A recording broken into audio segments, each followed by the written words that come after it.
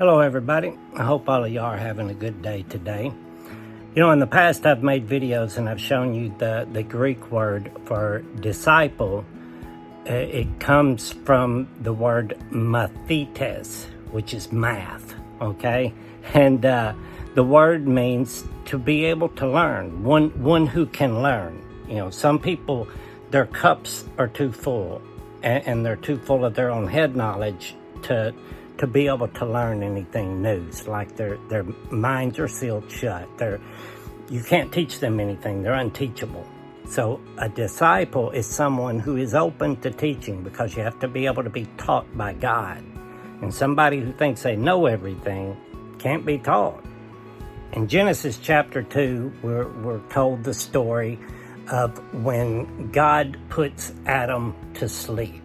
All right, and that word in Hebrew there that they used means to be cast into a deep or cast into death. And it also means to stupefy. All right, and the definition of the word stupefy is unable to learn. All right, so this is something that God deliberately does.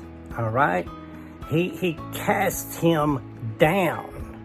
All right, it's as if at one time Adam was in this higher level of consciousness, and then God intentionally knocks him down a notch, okay? And then it's written while he was sleeping, and that word in Hebrew for while he was sleeping means to become lazy, lethargic. So in this one Genesis 2 here is God cast Adam down. And that word, like I said, means to be cast into a death, to die. It also means to stupefy. It means to be stunned, like shocked. You know, it's like something happens. And it means to be put in a trance. All right, and it's written while he was sleeping. It's like he gets lazy. All right, you have to look at this like this is not Adam being literally put to sleep here. All right, so God can literally take a rib from him and make Eve, okay? You have to look at this from a spiritual standpoint, all right? So it says he's been shocked, he's been stupefied, and while he's in this condition, while he's sleeping, all right, he gets very lazy. He's not tending the garden because God put him in the garden to keep the garden, all right? To keep his estate, all right? And he's not doing his work. And it says that God takes a rib, all right? And when you look at that word in the Hebrew, it's like a rib, but it's also a plank, like as in fencing. And all the gardens had a protective fence around him. So it's like moving that hedge of protection. God is doing this. God is removing that hedge of protection, moving that rib.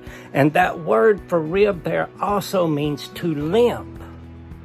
All right, so whenever you look at the story of Jacob, remember when Jacob wrestles with God, he said that Jacob wrestled with God and he named the place Peniel, because this is where he wrestled with God and his life was preserved. Remember, God touched his hip and he went away with a limp.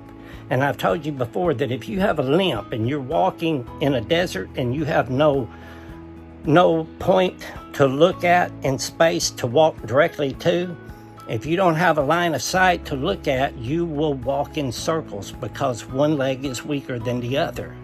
You know, that's what Moses and them did in the desert. They basically walked in circles. So it means you're one of God's people, but you're walking in error, okay? You're not up there where you're supposed to be anymore, all right? And remember, Jacob went to sleep, all right? You have to look at this like Jacob represents Adam, all right? Nowhere in Genesis, in the story of Adam and Eve, does it ever mention that Adam wakes up.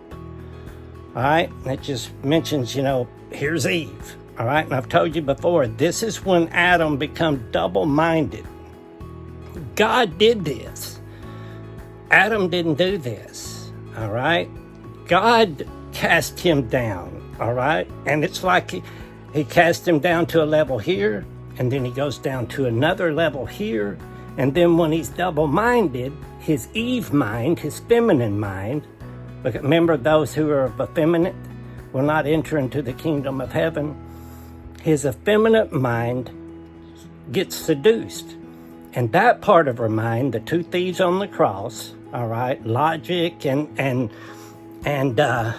curiosity or whatever, that part of her mind deceives the Adam part of her mind, all right? So that becomes totally deceived, all right, but never wakes up. So you have to look at Jacob like he's Adam. All right, and he's lying there, and while he's lying there with his head on the rock, which he represents the temple of God, because the way he's laid up, his head is lifted up higher on a rock, just like the Holy of Holies in the temple. It sets up higher. All right, I've shown you illustrations of how Jacob laying with his head on the rock is lined up the exact same way as the Jewish temple was. All right, and as he's laying there, angels are ascending up. It says they start off, they ascend up, and they're coming down, up and down. Like through his genealogy, the angels, the messengers, the chosen ones, will be ascending the ladder, the stairway to heaven. So Jacob, the rest of his life, he's walking with a limp, all right? And if you'll remember, when the day of Pentecost, the first miracle after they speak in tongues and everybody hears them speaking in their own language, Peter heals a lame man, all right? That represents that limp, that hip, that plank, that hedge of protection being restored, all right? And you're no longer walking in error. When you're chosen, when you're called out, that's when you start walking that straight path, all right? You're not veering off anymore. In Ephesians chapter 1, verse 4, it's written that God chose you from within himself before the creation of the world, all right? Now that word there that they use there, from within or in himself, means he chose a piece of himself, a piece from within himself. All right, it's like I had a dream about this years ago, where while I was dreaming, I was seeing this spinning, like this whirlwind, and all I could see was arms and legs and different heads. All right, and it was people, it was humans, men and women, all different races, and each one of them represented a piece of God that he put down into this world. So that verse says it's written that he chose us from within himself before the creation of the world. And that word that they used there in Greek, and I know they deliberately changed it, is the katabo. It doesn't mean the creation of the world, it means the casting down of the world. He said he chose you from within himself before the casting down.